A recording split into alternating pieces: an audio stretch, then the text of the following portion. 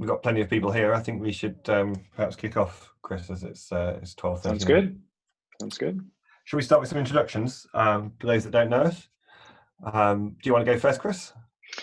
Absolutely. As the name behind me says, I work for Kindred Capital. We're an early stage seed fund based out of London, covering all of Europe and Israel. We do pre-seed and seed investments effectively. And we are, I would say, very agnostic. We're not pegged on any market or any segment. We purely invest in mission-driven founders, which I think we're going to touch a little bit on as we progress. And the fund was set up by 4 operators. We're all ex-founders. We've been in most of your shoes, and we wanted to create a model and a structure that creates a better sense of community and collaboration. So we took a page out of our startup lives, where we carve out 20% of our carry, which is our upside. And as we invest in companies, we give carry to the founders of the companies, which means they now become partners in the fund and by default co-owners in each other's business. So we wanted to create this sense of belonging and community across our founder community to encourage them to help each other.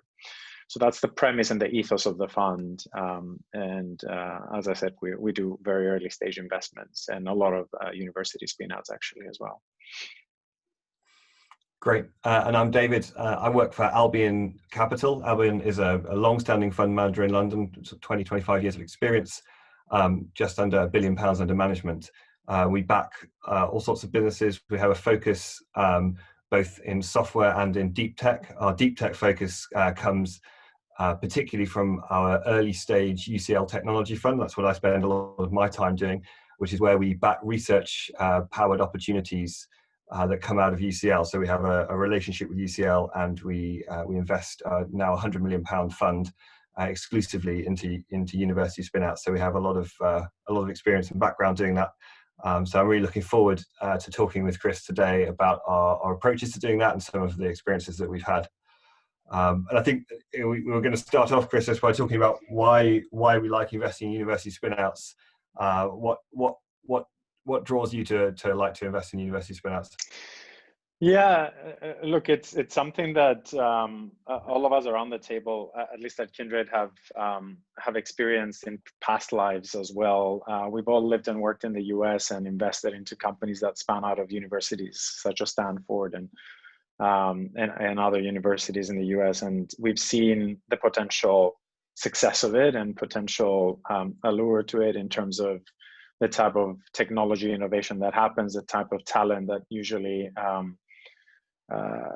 comes up with those ideas within universities. And over the years, I think kind of your question has twofolded angle. One is why and why now, I think. And over the years, we've been seeing a lot of improvement in the mentality of founders coming out of universities across Europe, as well as the universities across Europe being a little bit more flexible in how companies spin out and ideas spin out, which makes it more and more exciting over time. So as I said in the description, we've already done several investments out of Imperial, out of Oxford, out of UCL already, and we're super happy with the company. So we continue to see potential out of it. Yeah, it's great. You're picking up on the sort of sea change in just the university and the academics themselves across Europe, just being motivated and interested in entrepreneurship as a facet of what they do. It always makes me smile actually when they bring out the list of academics who have become professors. Particularly, I always like to look at how many of those have done something entrepreneurial in the past few years, and it almost seems, certainly at UCL, like, being an entrepreneur is part and parcel of becoming a celebrated celebrated. Yeah. And I think in the last list, particularly from the computer science department at UCL, I think every promotion to professor had also done something entrepreneurial in the last year or two. And it just shows how there's a symbiotic relationship between entrepreneurship and the academics' actual research, and it's being promoted and celebrated and encouraged certainly by UCL, and I see it across other universities in the UK as well. So now is a really, really great time. Yeah, and it's a journey, right? It's not going to change overnight. I think as generations and as success pops up as well, and people start celebrating that success, I think it'll start driving a lot of this further down. How you mentioned a couple things there around some of the professors and some of the talent as well that I mentioned. How are you guys thinking about that in terms of the teams that you want to back? How do you look at founding teams? How do you look at composition of that? What attracts you to them? Well, so I mean, first off, I mean, the nice thing about investing in university spinouts is you get incredibly smart people, sort of triaged already into being incredibly smart, and also often having a real love of their technology. So people who are really deep, a real understanding of what they're doing and what the differentiation is that their technology brings. And so that, you start with this, fantastically smart, fantastically bright people who are deeply wedded and understand their technology. I guess the other things that we're looking for from those people as they're looking to build a spin out or create something from their research is the ability to learn fast and listen and take advice. I think, if you're looking across the piece at what you want from founders, typically you want domain experience if you're looking for successful entrepreneurs. And that's not always common to university spin-outs because it might be that they've spent their life in academia, they haven't actually spent their life in the industry that they're going into. And so where that's the case, the absolute key facet is that they're willing to listen and willing to learn and they want to. And the other nice thing about university spinouts is they tend to be founded by people who have a natural curiosity about the world. That's why they've got into doing PhDs and postdocs in the first place, I would have thought. So there's an example within our portfolio of a company that I was speaking to them recently, and I was saying, what should I have done better? How could I be more helpful? And they turned around and said, "You're really polite right at the start, and actually we wished you'd been even more forthright in making us focus on things because we wanted to learn, we wanted to learn quickly, and sometimes you should send them to me. I'll But I mean, the nice thing about that is that company was originally, it was focused on a completely different application, its technology. Actually, it was a completely different capability they built. And yet they took the advice, they took on board someone joined the team from the industry they were thinking of going to tackle. And they had the flexibility and the humility to listen and take that advice and pivot their company. And they're now, really successful, growing really well. And so that for me is that's the core thing. If you haven't got the domain experience, you need to be willing to listen and grow quickly and learn super fast. Yeah, and one of the things that so I totally agree on the fine balance between listening and having conviction and having building your own decision making. It's actually a massive asset that we look for in pretty much every founder, obviously. But one of the other things that usually gets called out for university spinouts is that these are academics, or these are obviously curious people that are building a technology, and they have no clue about commercials. There's no commercial mindset within the team.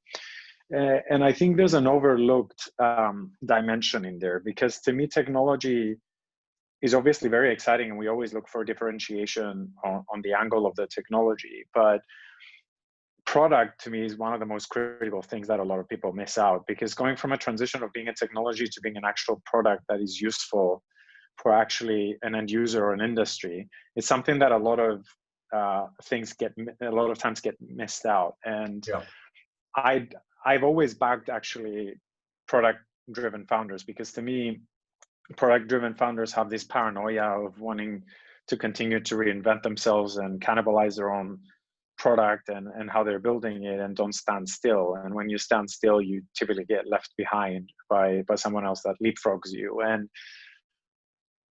I always look for a combination of, yes, the listening, yes, the deep expertise and the deep insight in what you're doing, but can you translate that into actually that someone wants to use and who wants to use it? Yeah, it's interesting because at the start I said one of the nice things is that you get founders who are really deep in their technology, and they generally love their technology. Like, becoming a great founder often means falling out of love with your technology and into love with solving building a product that solves a Exactly. problem for a customer. And actually, you become less focused on what your technology is and more on what the customer needs, what problem you're solving, and how to productize that.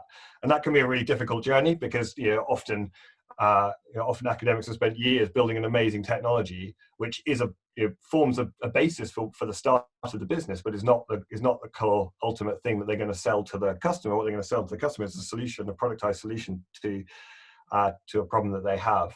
And so that's it needs a flexible mindset from an academic to be able to go, okay, I've got a great technology, but the most important thing in the end is that we serve a customer. And if we end up pivoting slightly away from the technology that we started with, it's not the end of the world. It doesn't mean that we're losing value. We're gaining value if we're solving a repeatable problem for customers. Yeah, no, 100%. The other thing I was going to mention is one of the difficulties with transitioning out of that academic environment and into an entrepreneurial mindset is also you touched on it with the kind of the instinct. Like in an academic environment, you're often looking for proof. You're getting all the data, you're getting absolutely certain, and then you're writing down your results. In the business world, often you're operating on incomplete data. You're having to make gut instinct calls. Fake it till you make it. Yeah, absolutely. Which is, I guess, mostly looked down on in the academic world. So you've got to be able to, sometimes you see that sort of decision paralysis with founders who are making that transition through from academia into entrepreneurship. Yeah, which kind of again, I think a lot of what we're touching on kind of builds around how do you develop a team effectively and not look at it as a one or two founders that think about technologies. Actually, my brother is a professor at a university, and he actually leads a research foundation that spins out companies. And I have these arguments constantly with him because he keeps on sending me people, and I'm like, great, they're great in their technology, but first of all, they're missing someone on the product side to try and build it out. And a lot of times it's a technology looking for a problem rather than a problem solving kind of thing, which is fundamental in my view. And then the other problem is they surround themselves with people that typically look and feel around them, like them, in the sense that I'm a computer vision expert, and I have 2-3 other computer vision experts, like they're top in their field and blah blah blah, which is fantastic. But how are you complementing yourself to be able to make that transition into product, to push you on the commercial or the fake it till you make it approach, to get out of your comfort zone, to start putting it in people's hands and getting feedback in a more dynamic way, which is what you're mentioning. So I think it's how do you build that team around you that looks very complementary. So we don't look at, we actually passed on a company yesterday where the academic founder was exceptional, but the person that was on the commercial side trying to lead the efforts was extremely weak, and it was just a tick in the box for the academic to say, I found someone. But it wasn't necessarily balancing them. It wasn't necessarily that leader that was going to push him. So I think it's how do you look at these things holistically rather than the academic or the founder that came up with the technology kind of thing.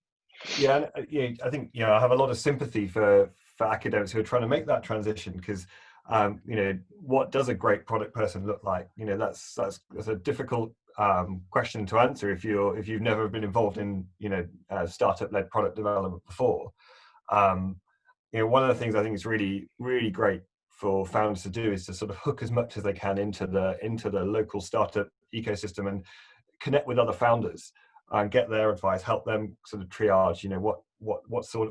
What did it look like when you got your first product person? How did it work with you? What did they need to do? What did they look like? Because it's super hard. If you've not had that kind of talent in before, you're going to need support with it.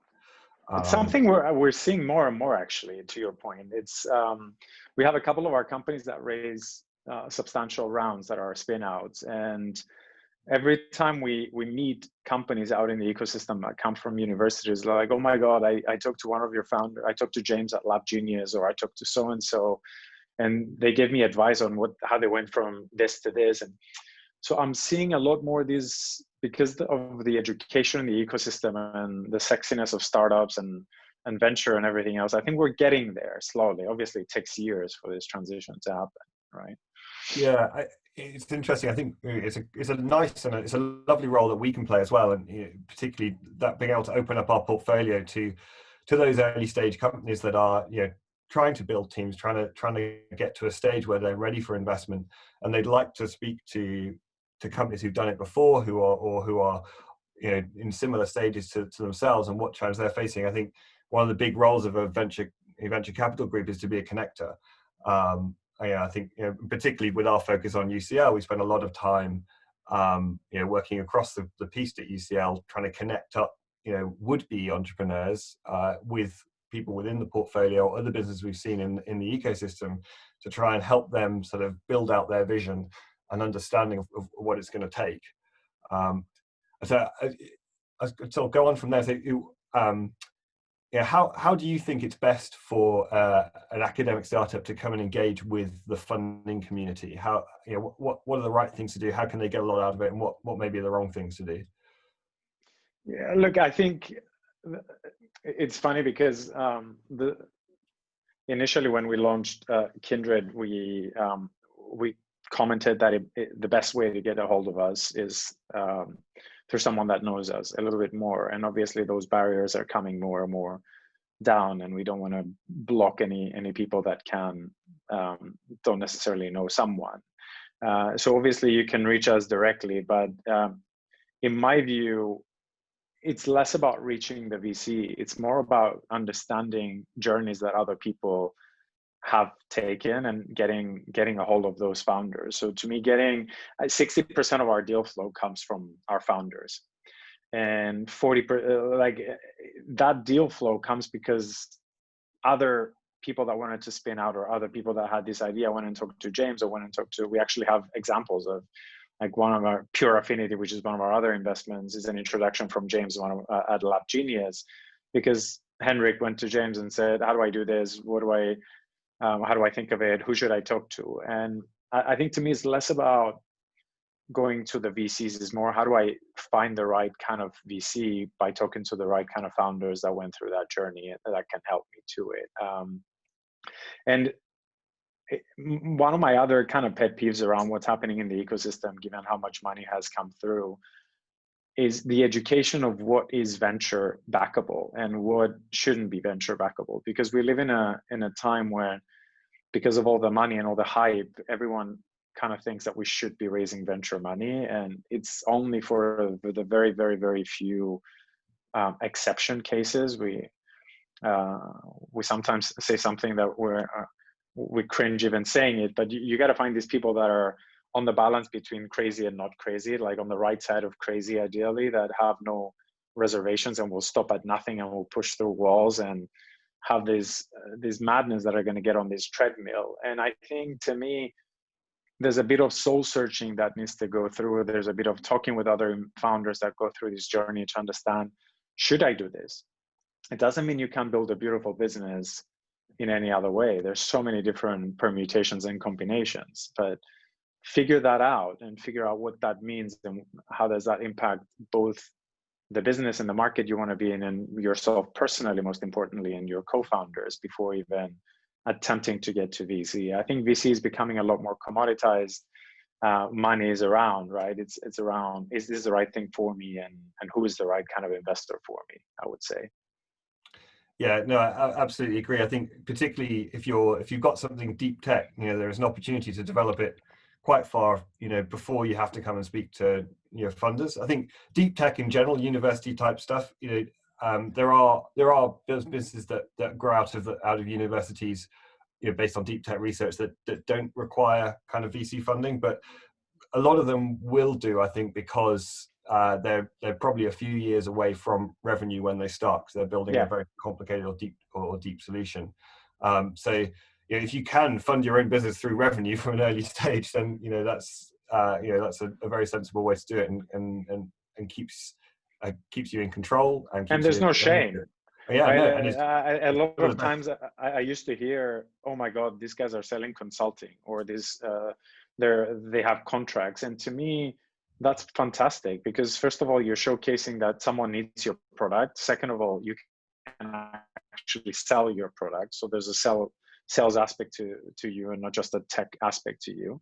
And it doesn't mean the model that you're doing from an NRE point of view to non-recurring kind of revenue and engagements, it's going to be your future, but you're fueling your company until you get to kind of the right place. We recently invested in a company that for 4 years were on grants. They took 5 million in grants and built their product, waited for the market to mature, validated what they needed to validate. And when the market started maturing, because a lot of times the technologies that come out of university are too early for their time, then they decided to go raise money, which was the right time. We actually been talking to them for 3 years, and we said, great, come back again when we get signals from the market. It's less about you guys, and come back again. And so I think you're absolutely right. And we're privileged to be living in the UK in some ways, or across Europe, where there's so many different opportunities for funding. A lot of our companies have taken millions and millions in grant funding, non-dilutive grant funding. So absolutely. Yeah, no, and I think there's also plenty of businesses that we create in a university, which actually you might be serving just one market, or might have a particular place. And it's always worth considering, if you've got some technology, if there's not a massive market out there, but there is a very specific use case in one industry, is there a way to sort of license that technology in, rather than going through the pain of setting up a spin out and creating a company, and enormous amount of funding and dilution that occurs from there. If you work closely with the university you're in, you might find there's a better opportunity for you to see that technology used, and to get personal gain from it from a licensing perspective. So we're always encouraging the founders we meet to consider that. We actually have a particular way of funding opportunities within the university to help them gain more valuable licenses. Because it's all about capital efficiency and what's best for the technology. We're not encouraging everyone at the university to start a company tomorrow, because often that's not the right thing to do, and it can be a very long and painful and hard and stressful thing to do. I'm sure if you speak to any of the founders in our portfolios, you'd see that repeat. And the other thing is, I think not every ecosystem or not every university is equal in that sense, because ecosystems take time to mature in each one, and some of them that have the privilege of having previous incarnations of entrepreneurs and opportunities have more mature other players around them, like whether it's Cambridge Angels in Cambridge, or whether it's other like successful founders that can give them all sorts of opportunities, whether it's acquirers that hang out around some of those universities. I've seen it a lot in Israel. You see it a lot in all sorts of places. It creates different dynamics, but I think that's one of the things that excites me about the UK. Despite a lot of political things that are going on, it has a tremendous amount of university firepower, and a lot of ideas that get generated out of that, and a lot of corporates and their eyeballs that are more and more looking at them. So I think there's a lot of opportunity around that. How do you find the right avenue, and how do you find the right structure, and how do you find the right path? And as you said, you guys have certain capabilities. There's angels, there's all sorts of different structures that can cater to them. We talked a lot about some of the things to look out for, and there's obviously probably a lot more to cover around some of those pitfalls, but should we also start getting some questions so that we don't make it yeah, sure, between them? I think there is one. Yeah, we don't see as many startups coming out of UK business schools. Is there a opportunity to foster collaboration between tech research schools and business school students? Any initiatives you've seen that have worked particularly well? It's a great question. Actually, something that, I think it actually helps with a very particular problem that we have in university spinouts, which I described earlier, is that you get lots of people with great tech but little domain experience or little commercial experience, whereas business schools are packed full of people, often with the opposite or complementary set of skills. So yeah, I think it's something I'd like to see more of. We're actually doing some bits and pieces within UCL, particularly collaborating with London Business School and the computer science department to sort of have some cross-fertilization. So some of the academics from UCL spending time on some of the courses at London Business School, and likewise some people from London Business School, some of the students there coming and spending time within the department looking at the tech and research. And that's something we're keen to kind of expand out on because we see the potential for business schools to have a massive impact and actually help with that very specific problem that sometimes you only have half of the required skill set within an academic department. I don't know if you've seen anything. You've seen similar things elsewhere. I mean, all the universities have their own business schools as well. So yeah, well, actually, when I went to business school, one of the projects that we had was to go out and find tech entrepreneurs I did mine at Cambridge, and one of our big projects was that exactly, go find tech ideas out of the university in Cambridge and see how to help them position it, do their market research, understand the opportunities and everything else. So it's definitely, I don't know whether there's like actual programmatic approaches beyond what you're mentioning, but it's something that I think there is an opportunity. But to Nitesh's point, we are seeing more and more business schools produce startups and running their own competitions. And even the more mature universities like London Business School have their own angel networks where a lot of these companies pitch to and get their early opportunities, just like Harvard and some of the other universities have their own networks and even dedicated funds for some of these angels to do stuff like that. So again, it's a matter of maturity and it's a matter of things progressing, but we're seeing more and more of them for sure. And it's a brilliant initiative. All of those things where you bring a business school and a tech hub together. I mean, there should be more of them. I absolutely agree. That's the right approach. So the next one we touched on grant funding. Is grants a positive, neutral, or negative signal when entrepreneurs approach VC? I'd say, I mean, typically it's great. If you've managed to take the technology on non-dilutive funding, to a further down the line, I think that's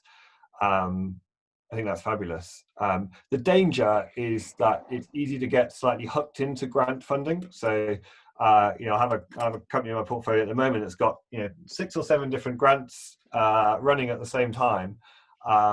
All of them are very good, but that company in question is now starting to think about, how do I focus down, and maybe I should stop taking grants that are not completely aligned with where I was going in the first place, because although you get the money, so it sort of feels resource free to pursue a slightly different angle here and there. What really happens is it takes focus from the CEO. It's an opportunity cost for the business.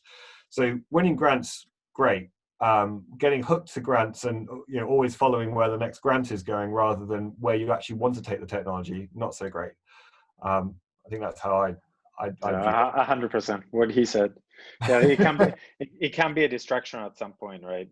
One of my companies is going through that as well, a university spinout where there's a massive Horizon 2020 projects that they're bidding, but that will draw out 3 or 4 of their employees to do that in a 10-person team, and I'm like, I don't know whether that's the right thing, because it's not core to them. So it becomes, at some point, it becomes less about the money, because all the energy that you're putting towards those grants, when you start listening to the right signals from the market, you should focus them towards commercial activity and towards fundraising when you need to fundraise. Yeah, absolutely agree. The other thing just to note is sometimes grant funding comes with some IP restrictions attached, so just be very wary of that, because that can be quite a negative if you're trying to approach a VC, but the IP is already wrapped up in a certain way or has some encumbrance. That can cause a problem from a funding perspective. So, Chris, I think you this is a question very close to your heart. As a founder, yes. What skill set or experience would you like to see from your first product guy?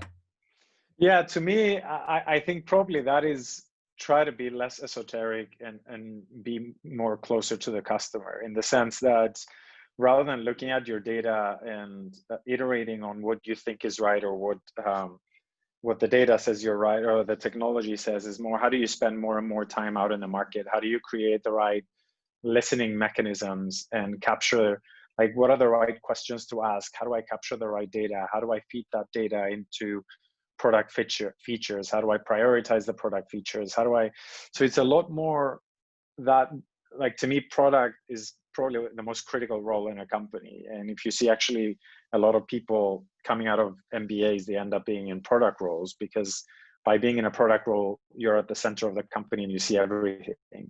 So it creates this translation between sales, marketing, customer facing, customer experience, and tech and development effectively. So how do you make that transition slowly? And product is actually a very good stepping stone to a leadership kind of role, because you're still close enough to the tech and you don't feel disintermediated as a person coming out of academia, and you don't want to get purely disintermediated, and you slowly create that distance between that product and get closer to the customer. So to me, is that's what I would say is kind of core. Are you listening? Are you talking, rather than researching and building? Yeah, it definitely, the best product type people we see are, uber customer focused, and getting as close to their customer as possible in order to be able to inform the business on how the product is being built. Just as a follow-up then, Chris, if this is, I don't know who's asked this question, but if they're looking to take on their first product guy, what should be, what would you say as part of the hiring process or interview process? What are the key skill set, or what would you be looking for if you were hiring a product guy right now?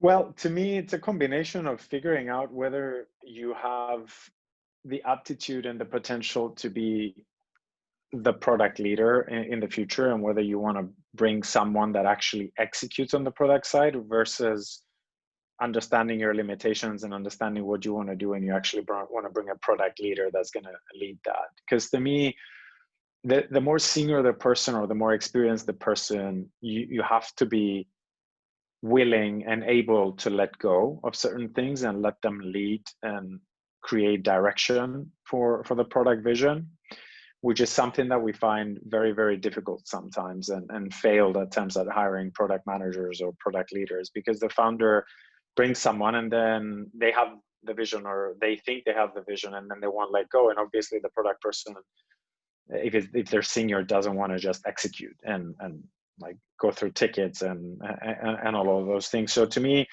it goes purely on, do I want to lead product? And if I do, how do I learn? How do I augment myself? And how do I build all those things? And if not, how do I find someone that has seen that transition into commercializing something that came from a deep tech or a very, very technical piece of code or piece of hardware into an actual product that engages with customers.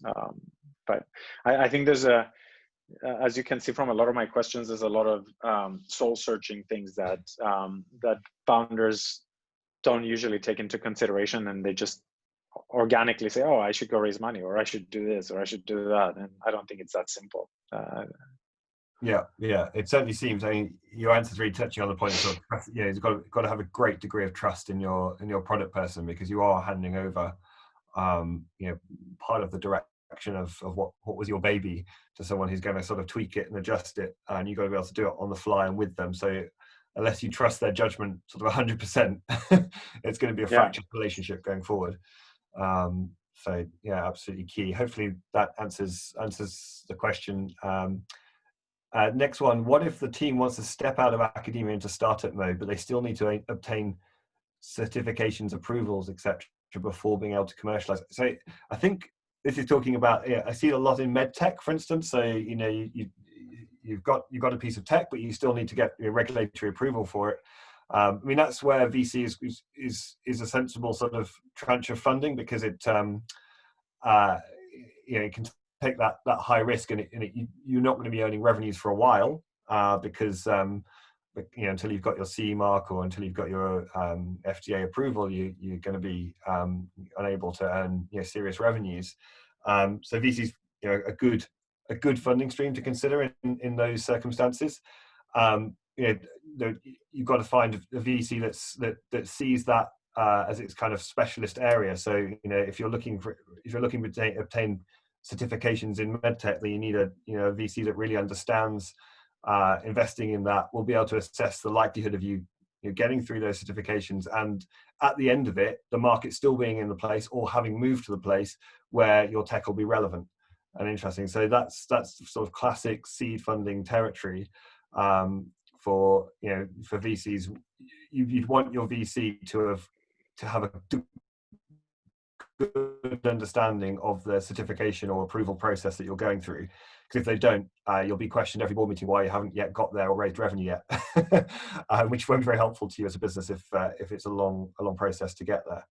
I don't know if I guess you have quite a few in your portfolio too, Chris. That are Yeah, exactly. No, you're absolutely right, and it goes back to my point around less about let's spam every VC that's out there and see how to get money, but how do I find people that have taken money from other people and they felt that these people have the patience and the understanding and the expertise to be able to do this, because it's, again, this is a transitional time where a lot of people are seeing this opportunity and want to invest in such companies, but especially in medtech, as you're saying, there's so many different other dimensions that people don't understand and jump on it and then figure out along their journey that, holy crap, it's going to take another X years. Or like I recently invested in a quantum software company and you have, and in a post-quantum encryption company, like, okay, patience is my middle name, right? So yeah, it takes time.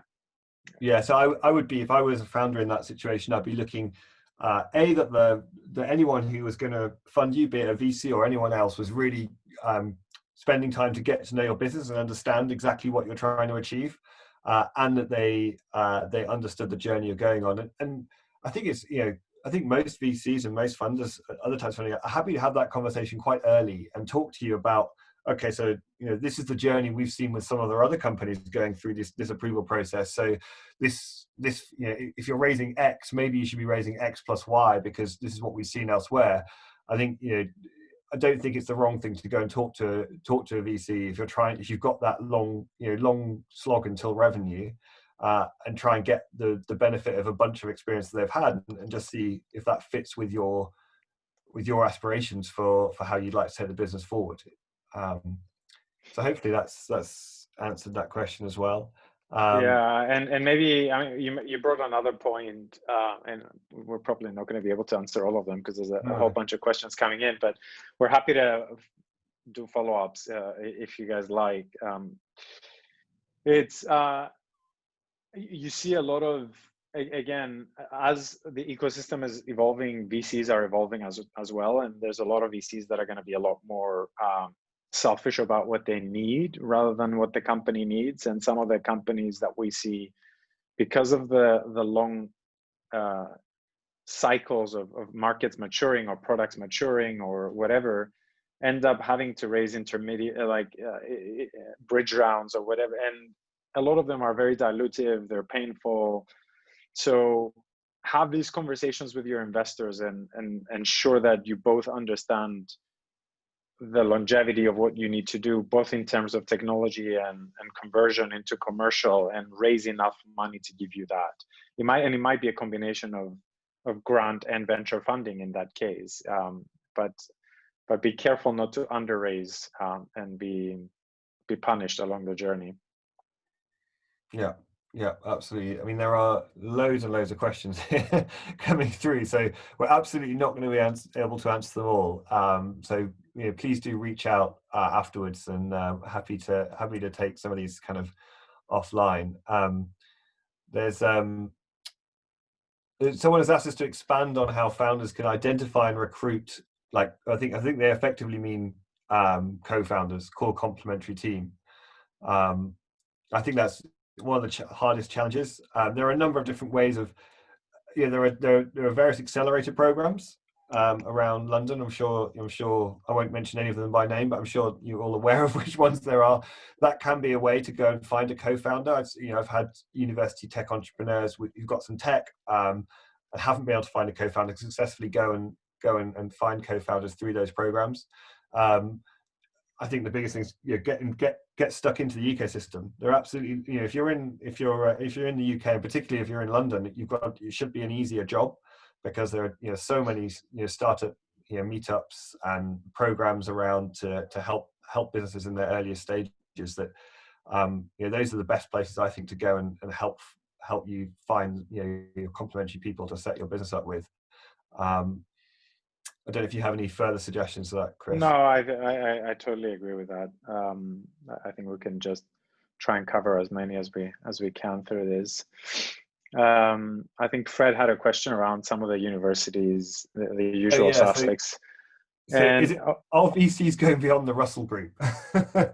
Yes, and to be honest, I think I'm seeing that a little bit more lately, and the way I've been seeing it, at least, is based on expertise. So as companies start focusing on particular domains, where there might be an expert in Liverpool or Bristol or whatever, then you start digging deeper. That's where, at least that's where we start digging deeper, effectively. And that's why, like, one of our autonomous vehicles companies ended up building partnerships with Edinburgh and Bristol universities for some of their computer vision expertise in certain specific domains, after we found a professor that was like purely world-class in what they were doing. I think as there's more thematic deep dives, and as there are more research around who are the top world experts that we care about to help us with due diligence or to help us with understanding what their students are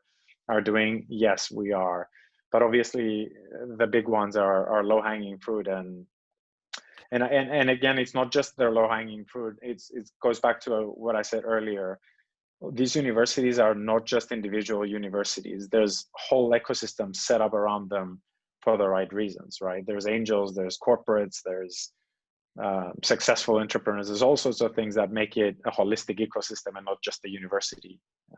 Yeah. So, I mean, yeah, just to expand on that a bit more, I think if you're coming out of a university that isn't Russell Group and doesn't have that ecosystem, the truth is you're going to have to work a bit harder to reach out and connect. Oxfords and Cambridges and UCLs and Imperials, etc. They have captive funds. They have enormous amount of ecosystem built, and so to some extent they probably have it a bit easier. If you're coming out of a university that hasn't got all that ecosystem, it's going to be more effort for you as a founder to go out and find elements of that ecosystem either elsewhere or bring it into what you're doing. But I don't think VCs care too much about which university its technology came from. What they care about is it differentiated, and is there an exciting market to take this into? And if you've got both of those, if you've got both of those things, then I think if you are reaching out to the community, I think you'll find people who are interested. It's just you'll just have to do more legwork. For sure. I think Jamie has an interesting one that we see frequently also around if spinout deals have licensing or royalty deals with the universities, is that an anathema for us? And to be completely frank, it is for the most part. Where we try to, which also brings out another interesting dimension around the gravitas and the ability for the founder to go back and negotiate. It shows you whether they can go back and do that. We've pushed back a lot of times in these, and if they're time bound, if they can make them in a very short time bound manner until a certain amount is repaid, it might make it slightly better.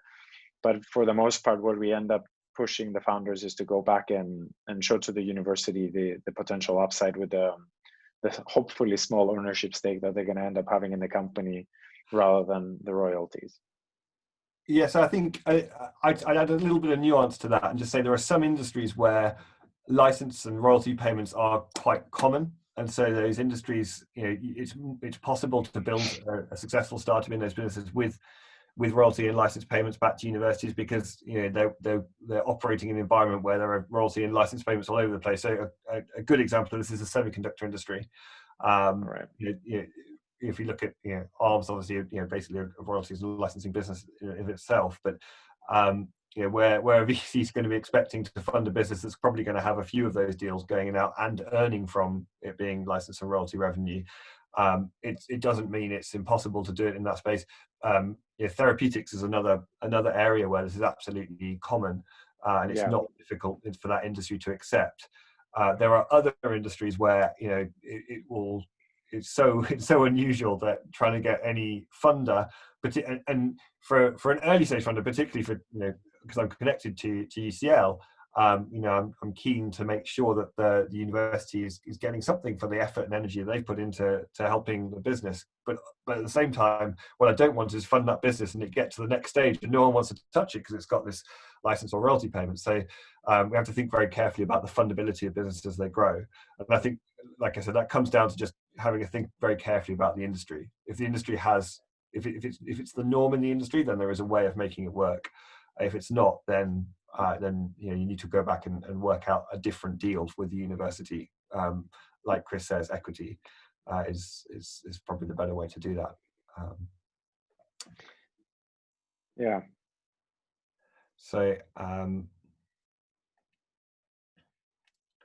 just looking through the questions again. So are you seeing changes in the demands that tech transfer offices are making in terms of equity ownership and IP licenses? In the past, this seems to have put VCs off university-based startups. So I can talk, again, very specifically about the world that I operate in at UCL. I think the environment in universities in general over the last 5 years has got a lot more friendly to startups. I think historically, most, or at least a big part of all the revenue that universities have earned from their spinouts have come from therapeutics, and therefore they have a playbook. There was a playbook which is about how you work with a therapeutic-based company, which hasn't crossed over into, say, software. But in the last 5 years, I've seen massive change. At UCL, for instance, there's now a common agreement that if you've got a non-patented spinout, say with some software from the computer science department, there's a low threshold, single-digit equity agreement for you to be able to take your know-how and your code and go out and start your spinout. Which these with a nice sort of cookie cutter deal, which means that you're not locked in negotiation for a long time. It's quite clear, and it's not it's not a transformative amount of equity. It's enough that it means something to university, but it isn't going to mean your cap table is absolutely destroyed from day one. I think that's certainly the more sort of forward-thinking universities. I know Imperial have got something similar. UCL are trying to do more of that. There are some odder deals around. Oxford don't. Don't worry. I will speak names. I will speak names. I don't care. But it kind of touches on another point. I think you can blend it in here. Rick asks further down about professors as well, that were founders in the company and have a significant portion of the equity in the company, which is not dissimilar to the university, right? And look, our view is that we're not trying to not give credit to where credit is due. It's more these people that are going to stay around and work to take the company to where it needs to be taken over the next 7 to 10 years need to be incentivized in the right way.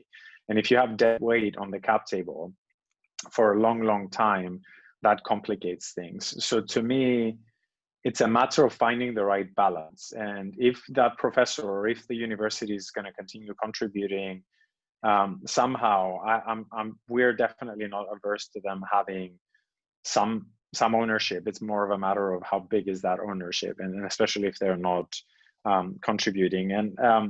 And within the venture world, there's also a couple of schools of thoughts. There's VCs that say absolutely not touching this. You go figure this out. And if you don't figure, well, actually, they don't even say go figure these out. Like they just pass. They don't even look at these things. There's some that will say, look, it's a conversation that you need to go have with your shareholders and go have them. And if you do, then we're happy to work with you. And then there's funds that actually roll their sleeves up sometimes when it's when you're able to, and through mechanisms are able to help you balance that cap table somehow, whether it's by issuing a lot of options and topping up the ones that are actually going to continue with it and stuff like that. But it's not an easy feat, and it complicates situations for sure. Yeah, I'd add to that, just it's one that should be solved earlier rather than later. 100%. If you're trying to rebalance cap tables later in the process, it only gets more painful as there's more value and people get more attached to the value they have, understandably. So have those conversations early. If you've got a good tech transfer office, they will probably help with some education piece here. Trying to help, particularly if it's a professor who wants to have a startup, but it's going to be their postdocs doing all the work, and they're not going to be that involved and interested. There's an education piece to say, look, you can have a small amount of the value to start with, but you need to expect it to be diluted, and it will be as it goes forward, because 99% of the value creation is still yet to happen. That can be a slow education process, but it's something as a fund we do quite a bit of, working with professors and formulate startup teams. Actually, in general, I think most of the time people are pretty reasonable about it all, and everyone wants to work together and make something work. So having those early conversations, just being very real with each other rather than kind of trying to push them down the road, is probably the key to getting that bit right. Yeah, and it's something that sometimes we tell founders to try and do. Sorry, I was answering one, typing. To try and do, ideally, if you can, before you start fundraising conversations, because as soon as valuations come into play and people start understanding what the upside might be, they're going to hold off until they get what they want. So I think it's like, have them before you go out talking about amounts or figuring out what the fundraising looks like. There's a few people from LBS who are looking for tech co-founders, it seems. I'd encourage you to go and speak to Jeff Skinner, who's working to sort of do that between LBS and DL. So go and have a chat with Jeff. Happy if he wants to pass you on to me at that point, I'm happy to have a chat with you again. But he's very helpful with all those bits and pieces.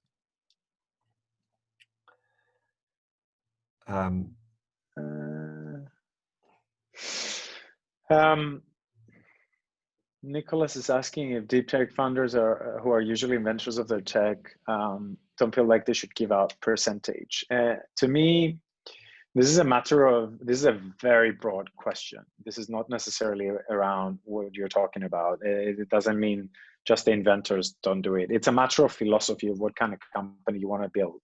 Whether you want to build, like similar to us, we're giving 20% of our carry to our founders because we care a lot about taking people on a journey and aligning interests and all of these things. And to me, founders that want to hold on to pretty much everything are going to attract less appealing talent, because talent that wants to get paid don't usually, that care purely about the cash, don't want to go on this journey. They're very transactional as well. They're more mercenaries.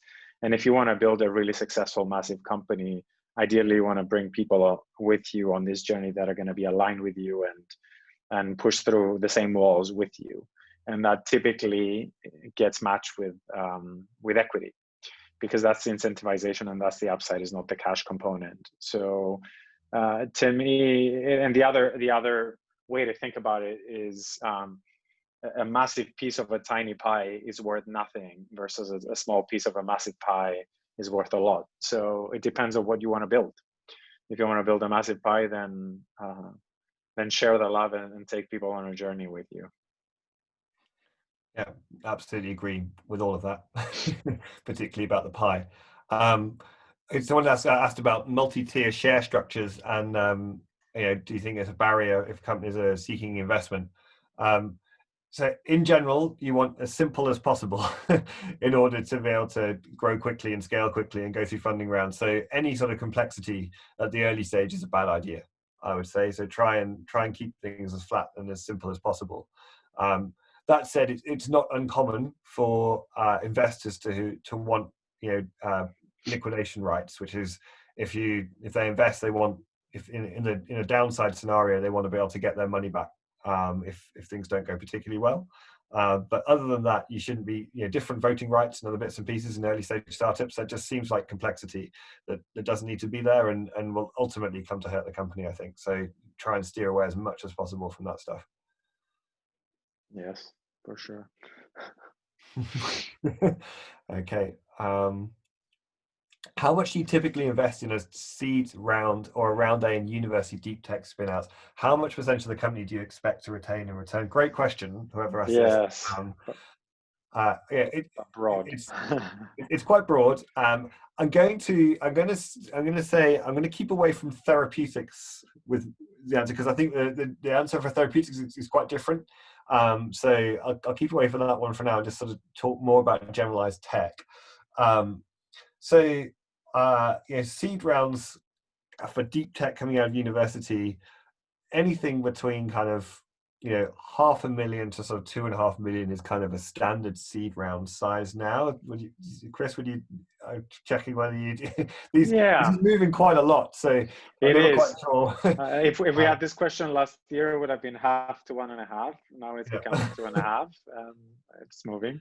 I think particularly for deep tech, there's often this at the larger end. If you're thinking about something that's going to have to spend some time getting some certifications or some approvals. So again, going back to med tech stuff, if you're doing a device that needs some kind of approval, then you're probably not going to get very far on $500,000. So you're going to be at the upper end.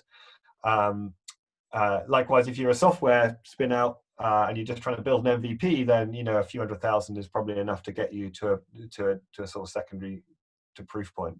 Yeah, I mean, I would kind of reverse it, right? To me, it's less about the amount; is the time that you need. Think about it: how mature is my market? How mature is my product? And how long is my product going to take? And how long do I need to raise? And our recommendations, period, like in general, is don't raise for less than 18 months. And if you're raising for a deeper tech company, raise at least for 24 months, if not 36 months. Because these kind of like the companies I mentioned earlier around quantum and post-quantum and all these things, we actually give them capital for about 3 years because it's a long path. And that's equity, and then they're raising additional grants on the side of it. So it might become 4 years effectively. So I would think of it more in terms of how much money do I need to get me to those next milestones in terms of time, and then you can find the amount. But I think 0.5 to 2.5 is a good ballpark. And I would say as a general ballpark, if you're going to raise about 2.5 million or whatever it might be, you would expect to give out about 20-ish% of your company. And again, it depends. If it's one investor, you might get away with 20 or less. If you try to bring multiple VCs on board, then it might be slightly more, because obviously VCs have their own targets on ownership into the companies. So those are the things you need to optimize for. Do I need more deep pockets around the table, and am I willing to give out a few more percentage points, or do I just need one and then I'm going to get angels, and you might get away with it if you know what you're doing. So yeah, it is a slightly sort of odd fact that 20% is a reasonably sort of standardish figure. There are definitely sort of moves up and down from that depending on competitive landscape and other bits and pieces, but there is a bearing on how much money you're raising, and then the barrier is if you can raise more, then you're likely to get a slightly higher valuation, because everyone's going to be thinking roughly in these kind of ballparks of what percentage of the company they're looking for and what percentage of the company it's normal to give up at that stage. So there is that might lead you to believe that you should raise more, but if you can't justify that, you'll find it much harder to raise. So you kind of stuck with the situation that you're in those circumstances. I think we probably have time for one more question. I don't know if there's any on that list that you really Well, I can answer Casper's question offline probably, because I think we're going to do a session with the creator fund and Jamie and the team separately. So I'm happy to answer his questions offline. There's a question that I think is quite an interesting one. So what metrics are enough to prove a concept? I think it's a great question. And slightly dependent on which concept you're trying to prove and what area you're in. Typically, if you're looking for as a software or a tech startup you're going to have customers, then you're looking at revenue from multiple customers who are paying a significant amount, that it means something. There's clearly some value for them across a number of customers doing the same thing that's repeatable. People will talk about the certain amounts for various raises. So a Series A, people will talk about needing a certain amount of recurring revenue. Commonly, you'll hear people say 100,000 of monthly recurring revenue is required. But if you're a deep tech startup, you're more likely to be looking at metrics about how much value that you're able to provide to a customer. You're probably not at the stage yet where you've got that level of traction. So then it's what is your value proposition? How proven is it with a or two or three customers? And then how much can you convince anyone who wants to fund your business or might fund your business that's scalable across a bunch of other customers who'll have the same problem? Yeah, and I would phrase it slightly differently, because you can always find one customer or two customers. You know someone who knows someone who's going to get you an introduction. So I'm less worried about that. To me, the way I look at it typically is, can you build a funnel? Can you develop an ability to put people at the top of the funnel and move them through the different stages of conversations, and showcase that you're thinking about developing an understanding in the market, enough marketing, enough sales, enough triggers to move them from one piece of the funnel to another? It's less about the revenue. It's less about actual numbers. It's more, can you create this repeatability and this ability to move people through the different parts of the funnel? I think it's because it showcases your ability to also be commercially minded and less about, can I find someone who knows someone who's going to get me to sell a pilot? Yeah, okay. It's a good validation, but it could be an oddity. It could be a false positive. Yeah, absolutely agree. Absolutely agree with that. So I think we're kind of over time. There's a whole bunch of questions I feel terrible for not answering. So please do reach out afterwards. I think my email is available. I don't know if our email has been available to participants or not, but yeah, I'm happy to. I might type it in the chat if you wanted to reach out to us afterwards. I don't sort of closing remarks, I guess, from me is as a university fund, we see just such great technology. Like your comment right at the start was the timing piece, and it's becoming such a great place to set up a university deep tech spinout in the UK right now. So if you're on the panel or you're on the chat today, or you've been watching this and you've been thinking about doing it, like there's been no better time. There are a whole bunch of funding options, including VC, but others out there. Get engaged in the founder community, get engaged in the ecosystem. Come and chat to VCs. I think we're always happy to have a sort of no agenda chat early on if you want to sort of throw some ideas through. And hopefully you'll get the impression that we'll be honest with you about whether VC is the right route, and other ways of building businesses. I think we're just keen to see as much kind of exciting activity as possible. Yeah, 100%. And think big. Yeah. Think outside the norms. Don't follow norms.